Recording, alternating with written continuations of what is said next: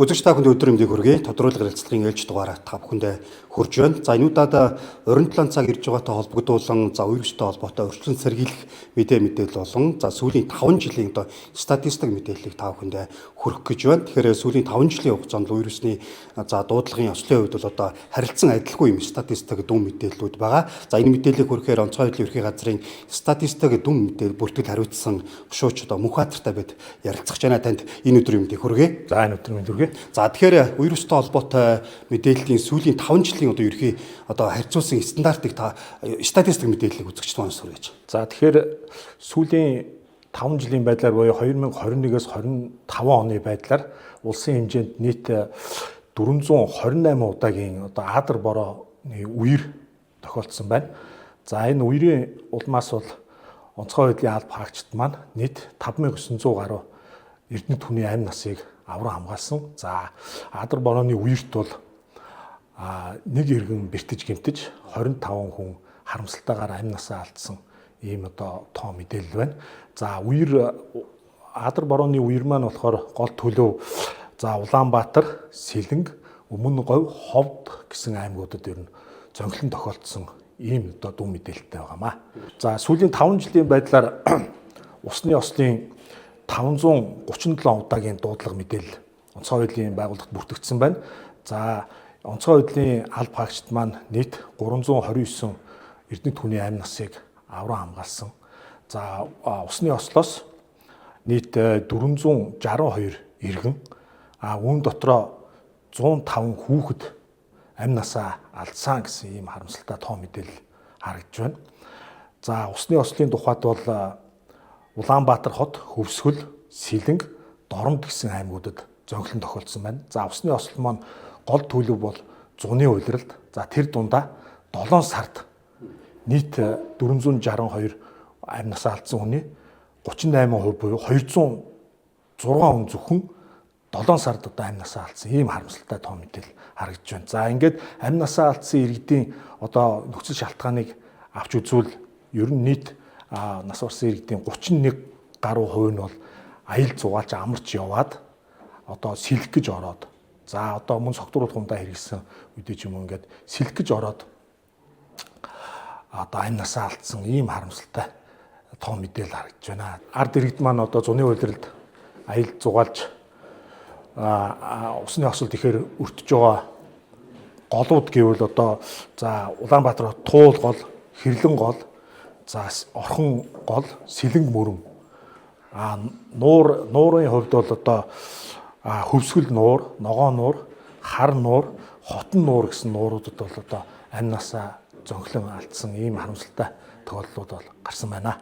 За тийм учраас ард иргэд маань бол ялангуяа зуны улиралд хөдөө орон нутагт зорчиж аял зугаалж амарч явахдаа бол бие биенд гол усанд иргэдээр бие биедээ хяналт сайн тавих. За согтуур сундаа хэрэглэсэн үедээ гол ус руу орохгүй байх. За бага насны хүүхдэд тавих хараа хяналтаа сайжруулах ийм шаардлагатай байгааг онцгой байдлын ерөнхий газраас анхааруулж байна.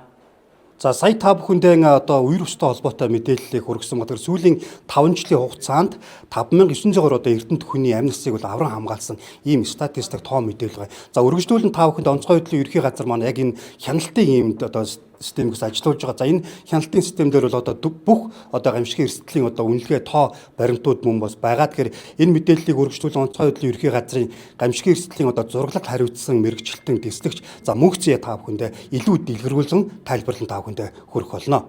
За онцгой байдлын ерхий газар буюу онцгой байдлын байгууллага нь газар зүйн мэдээллийн системийн програм хангамжуулах архичайз програм хангамжийг лиценз эрхийг худалдаа авсан ажлын хүрээнд эдгээр дашбордууд буюу хяналтын самбарууд хөгжүүлэгдэж байна. За дашбордууд сүүлийн 6 жил буюу 2020-с 2025 оны статистик мэдээлэлээр үндэслэн хийгдэж байгаа. За үүнээс уран талааны цаг ирж байгааг холбогдуулан та бүгддээ жишээ олгоод усны ослын хар цагийн дашбордыг танилцуулъя. За усны ослын хар цаг буюу усны осол болоод хүний амь нас эндсэн цэгийн байршлуудыг бид газар зүйн мэдээллийн системийн програм хангамжинд оруулаад орон зайн байршлаар харуулж байна. За нийт сүүлийн 6 жилийн хугацаанд 387 хар цаг бүртгэгдсэн байна. За үүнийг аймгийн хэмжээнд авч үзэх юм бол Хөвсгөл болон Улаанбаатар нийслэл Улаанбаатарт хамгийн өндөр зэгүүд бүртгэгдсэн байна. За Хүсгэл Улаанбаатарын хэмжээнд авч үзэх юм бол Хүсгэл аймаг нь за иргэдийн хамгийн олон одоо аялал жуулчлалын бүс байдаг иргэдийн хамгийн их очдог. За үүнийг авч үзэл 64 усны ослын хаарцыг бүртгэгдсэн байна. За Улаанбаатарын хэмжээнд Улаанбаатарын тухайд гэх юм бол 56 усны ослын хаарцыг бүртгэгдсэн байна. За энэ статистик мэдээллүүдээс үзэх юм бол за иргэдийн хамгийн олон очдог аялал жуулчлалын бүс болон за суурьшлын бүсүүдэд хамгийн их цэгүүд бүртгэж байна гэж үзэж байна.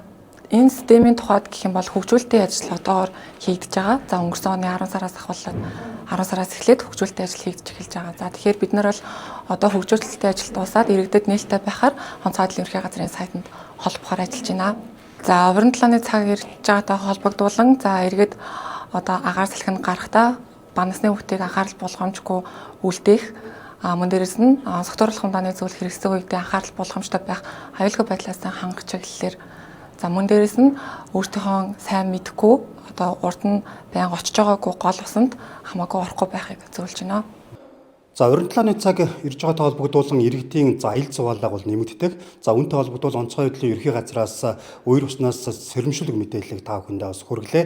За сүүлийн 5 жилийн одоо дүү мэдээлэлээр харахад бол хамгийн их одоо үерийн татамжигтэй байгаа Улаанбаатар, Сэлэнг, за өмнөгөө Ховд аймагуд бол зөнгөлн тохиолдсон ийм статистик бол мэдээлэл байна. Тиймээс иргэд та бүхэн бас уран талааны цаг ирж байгаатай холбогдуулан бас ойролцоох одоо гол болон нуур усанд бас одоо сэрэмжтэй байж бас орхон зүйтэй гэдэг зүйлийг бол хэлж байна. Тиймээс үзэгч та бүхэндээ бас мэрэгжлийн хүмүүсийн тайлбар мэдээллийг бол хүргэлээ. За сүүлийн 5 жилийн статистик мэдээлэл болон за онцгой байдлын ерхий газраас бас дата баазыг илүү сайжруулж энэхүү гамшиг эрсдлээс урьдчилан сэргийлэх энэ мэдээллүүдийг бас үзэгчтэй тогтмол хүргэхээр энэхүү санг бол бүрдүүлсэн байна. За жишээлбэл одоо усны 300 гаруй одоо харцгийг бол тодорхойлсон байгаа. Тэгэхээр энэ харцгүүд дээр бас сонор сэрэмжтэй байж тухайн аюулгүй байдлаа нэгдүгээр сангах нь бол чухал юм гэдэг зүйлийг бас энэ мэдээлэлээр хүргэхийг зорилоо. Анхаарлаа хандуулсан үзэгч та бүхэндээ баярлалаа. Дараагийн тодруулгын ажиллагаар иргэн уулзъя.